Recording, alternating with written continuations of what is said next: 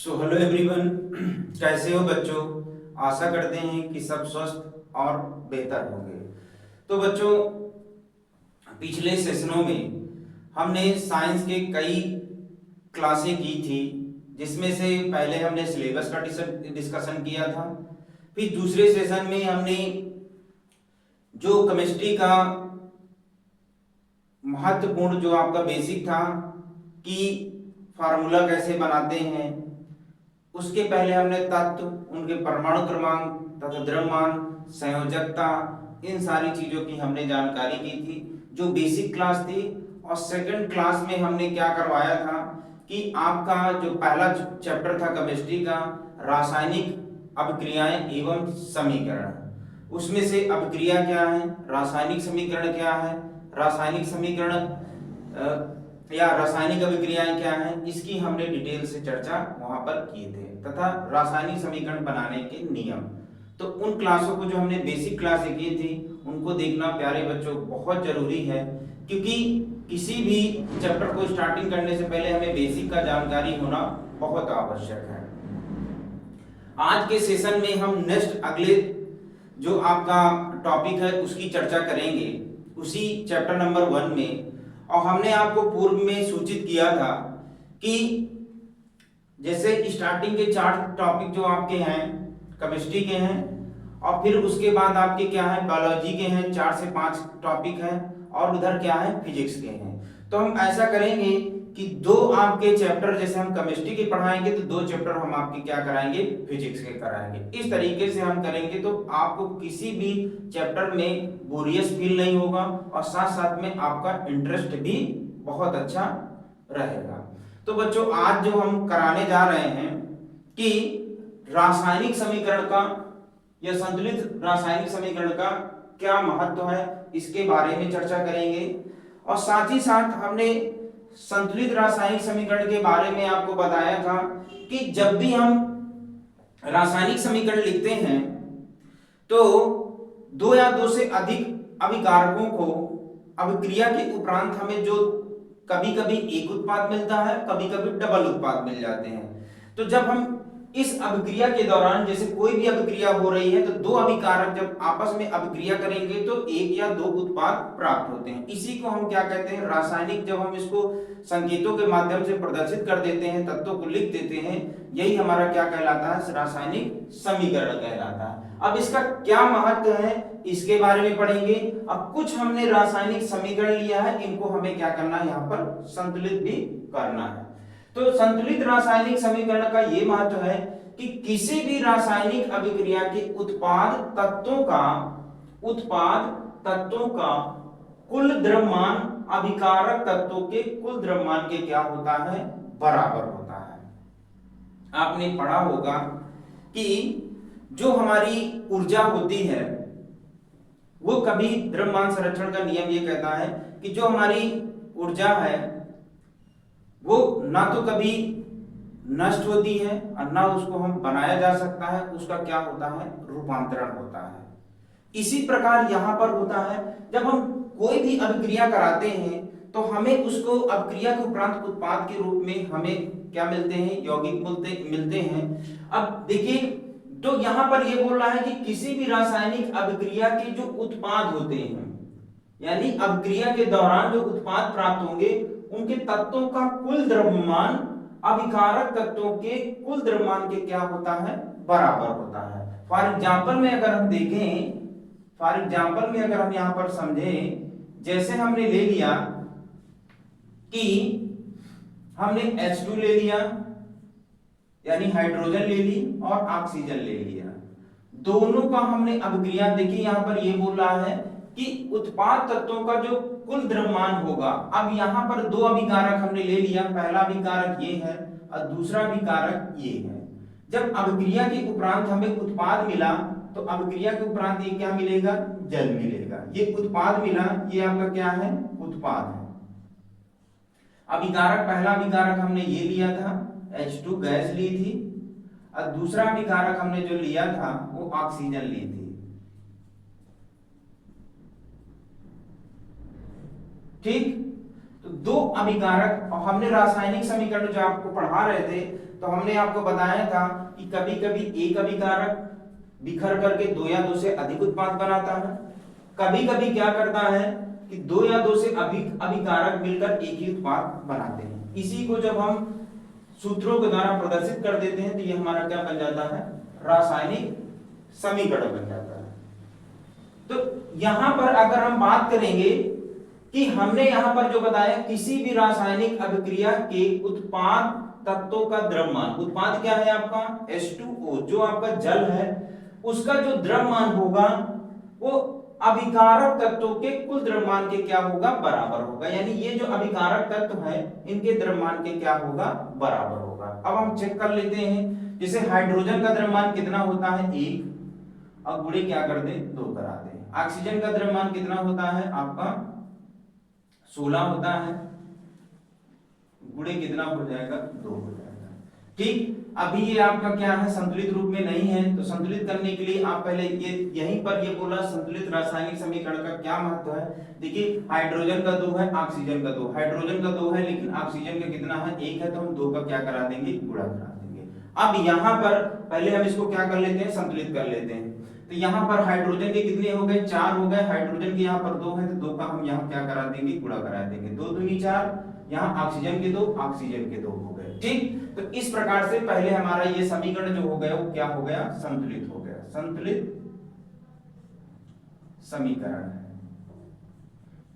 यह हमारा दिया गया जो समीकरण है संतुलित समीकरण है। अब हम यहाँ पर क्या करते हैं, इनके द्रव्यमानों का, जो अभिकारकों का जो द्रव्यमान है, उत्पादों के द्रव्यमान को हम बराबर करना है, क्योंकि हमारी परिभाषा यही बोल रहा है कि जो उत्पाद तत्वों का कुल द्रव्यमान होगा अभिकारक तत्वों के द्रव्यमान के बराबर होगा। ये हमारा क्या है, संतुलित रासायनिक समीकरण का महत्व कहता है। तो हम इसको क्या करा देंगे, गुणा कराएंगे, 2 × 2, यहाँ 16 दूनी कितना हो जाएगा 32। अब यहाँ पर 2 का गुणा और कराना पड़ेगा क्योंकि हमने यहाँ पर संतुलित किया है, तो क्या होगा 2 दूनी 4, और ये होगा 32। अब 32 और 4 कितना हो जाएगा आपका 36 हो जाएगा। इस प्रकार से आपको अभिकारक तत्वों का कुल द्रव्यमान जो प्राप्त हो गया वो 36 प्राप्त हुआ। अब हम यहाँ पर ये देखते हैं इसका आपका उत्पाद में, तो 2 गुणे हाइड्रोजन का कितना होता है 1, गुणे 2 हो जाएगा, अब प्लस आपका क्या हो जाएगा ऑक्सीजन। अब ऑक्सीजन का अगर देखेंगे तो ऑक्सीजन का आपका क्या होगा, इसमें आप ब्रैकेट करिएगा क्योंकि दोनों में गुणा होगा, फिर ऑक्सीजन का कितना होता है 16 होता है। ठीक, फिर यहाँ पर 2 × 2 और ये आपका क्या होगा 16, 16 और 2 कितना होगा 18, 18 गुणे 2 कर देंगे तो कितना होगा 36 होगा। अर्थात यहाँ पर ये प्राप्त हुआ कि जो हमने क्या किया, उत्पाद का हमारा जो द्रव्यमान प्राप्त हुआ और अभिकारक तत्वों का द्रव्यमान प्राप्त हुआ वो क्या है, दोनों बराबर है। यही हमारा संतुलित रासायनिक समीकरण का महत्व कहता है कि किसी भी रासायनिक अभिक्रिया के उत्पाद तत्वों का जो द्रव्यमान होगा, उत्पाद तत्वों का कुल जो द्रव्यमान होगा वो अभिकारक तत्वों के कुल द्रव्यमान के बराबर होगा। इस प्रकार से कोई भी अभिक्रिया हो XYZ, ये हमें चेक कर लेना है। यही आपका रासायनिक समीकरण का महत्व कहता है कि कोई भी अभिक्रिया अगर होगी तो उत्पाद तत्वों का जो कुल द्रव्यमान होगा अभिकारक तत्वों के द्रव्यमान के क्या होगा, बराबर होगा। तो इस प्रकार से देखिए हमने ये किया कि हम यहाँ पर चेक कर लेते हैं कि हमारी दी गई परिभाषा का कथन सत्य है या असत्य है। तो कोई भी अभिक्रिया आपको लेकर के यहाँ पर चेक कर लेना है, उत्पाद तत्वों का जो द्रव्यमान होगा अभिकारक तत्वों के द्रव्यमान के बराबर होगा। आइए अगले क्वेश्चन जो हमने लिया है, निम्न रासायनिक समीकरण को हमें क्या करना है, संतुलित करना है।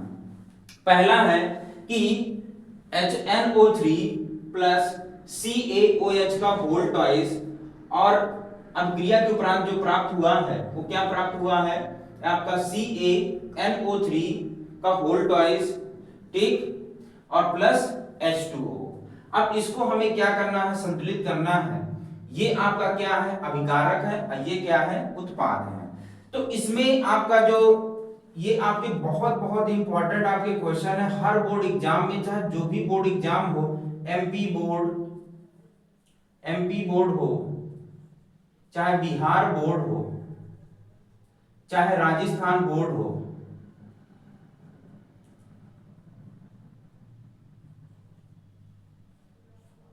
ठीक, राजस्थान बोर्ड हो, कोई भी बोर्ड हो, ये आपके क्वेश्चन आपके जरूर पूछे जाते हैं। संतुलित दिए गए समीकरण को हमें संतुलित करने के लिए पूछा जाता है, 4-4, 5-5 नंबर का पूछा जाता है। यूपी बोर्ड में तो आता ही है, तो यूपी बोर्ड हो चाहे एमपी बोर्ड हो चाहे बिहार बोर्ड हो, कहीं भी हो, ये आपके क्वेश्चन जरूर देखने को मिलते हैं। और एमपी बोर्ड में कभी कभी क्या करता है, 5 अपक्रियाएं दे देता हूं, उनको संतुलित करने के लिए बोल रहा है, तो यहाँ से आपके 5 नंबर सॉलिड हो जाते हैं। तो आइए इनको, अब यहाँ पर बच्चों जो करना है, आपके जो यहाँ पर दिया है, जो आपके उसमें चैप्टर में दिया है, तो इसमें से जो दिया है वो हिट एंड ट्रायल विधि दी है, हिट एंड ट्रायल मेथड है,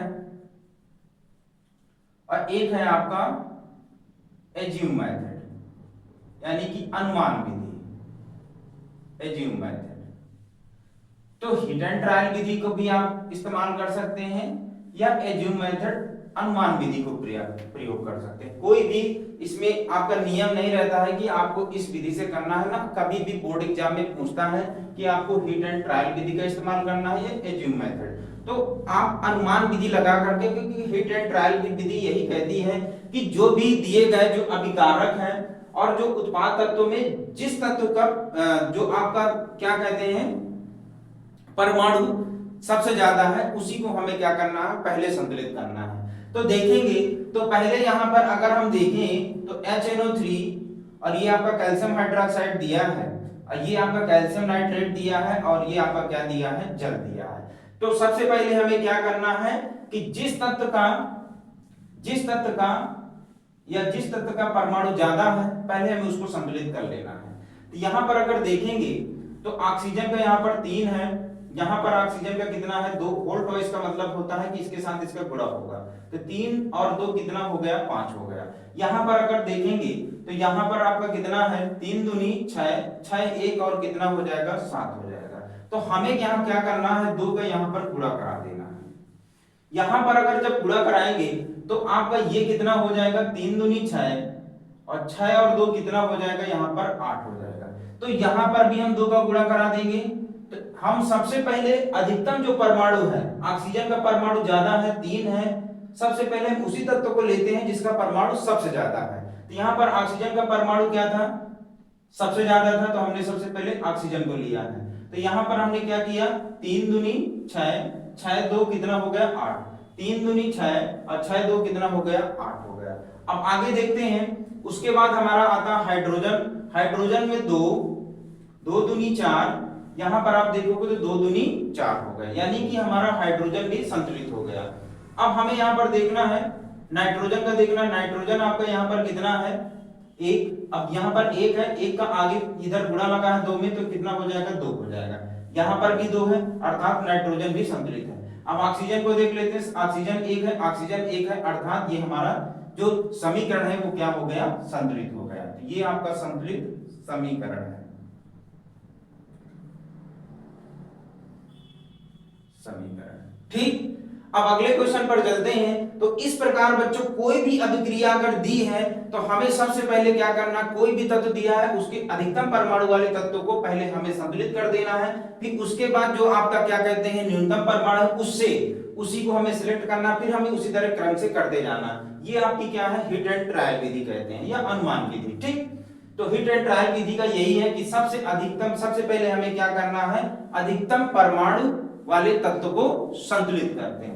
ठीक, फिर अगले क्वेश्चन पर चलते हैं। ये सोडियम आपका हाइड्रोक्साइड है, और ये आपका H2SO4 सल्फ्यूरिक अम्ल है, और ये आपका सोडियम सल्फेट है, और ये आपका क्या है, जल है। तो सबसे पहले हमें क्या करना है कि सबसे अधिक परमाणु वाले तत्व को हमें क्या करना, संतुलित करना है। ऑक्सीजन का 4 है, ऑक्सीजन का 4 है, तो यहां पर देखेंगे तो ऑक्सीजन का 4 और 1 कितना हो गया, 5। पहले हम अभिकारक की तरफ देखेंगे, फिर हम उत्पाद की तरफ देखेंगे। यहां पर भी देखेंगे तो ऑक्सीजन का कितना है, 4 4 1 5 हो गया। तो अब ऑक्सीजन से हमें कोई लेना देना नहीं है। अब हम कहां पर जाते हैं, हाइड्रोजन से।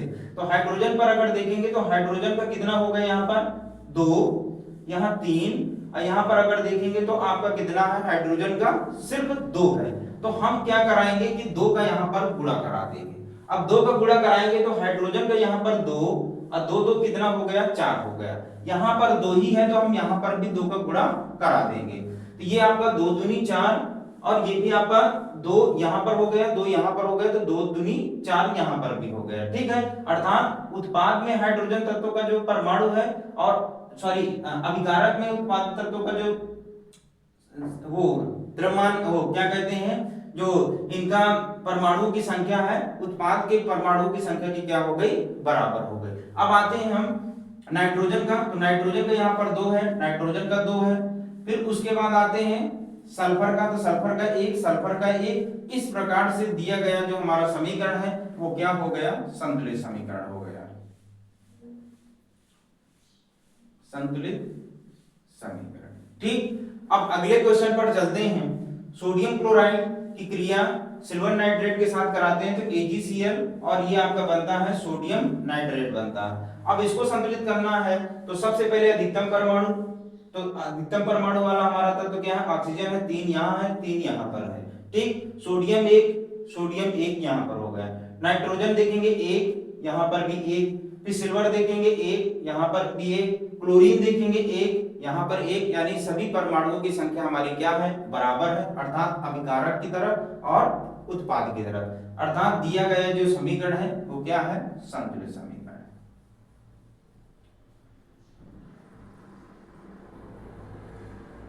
ठीक, अब अगले क्वेश्चन पर चलते हैं। बेरियम क्लोराइड की क्रिया जब सल्फ्यूरिक अम्ल के साथ कराते हैं तो बेरियम सल्फेट और HCl बनता है। अब यहाँ पर देखेंगे ये बेरियम है, यहाँ पर देखेंगे तो यहाँ पर भी बेरियम है, तो सबसे पहले हमें क्या करना है, अधिकतम परमाणु वाले तत्व को हमें चूज करना है। तो यहाँ देखेंगे तो ऑक्सीजन का 4, यहाँ ऑक्सीजन का 4। ठीक, कोई दिक्कत नहीं है। अब आते हैं हाइड्रोजन की तरफ। हाइड्रोजन की यहाँ पर 2 है, यहाँ 1 है, तो हम यहाँ पर 2 का गुणा करा देते हैं। अब यहाँ पर जैसे ही हमने गुणा कराया तो हाइड्रोजन का आपका कितना हो गया, 2, और यहाँ पर कितना हो गया, 2 ही है। अब देखते हैं अगला वाला, बेरियम 1, क्लोरीन के 2, क्लोरीन 2, और आपका सल्फर 1, ऑक्सीजन आपका 4 है। अर्थात ये दिया गया समीकरण आपका संतुलित समीकरण हो गया, संतुलित समीकरण।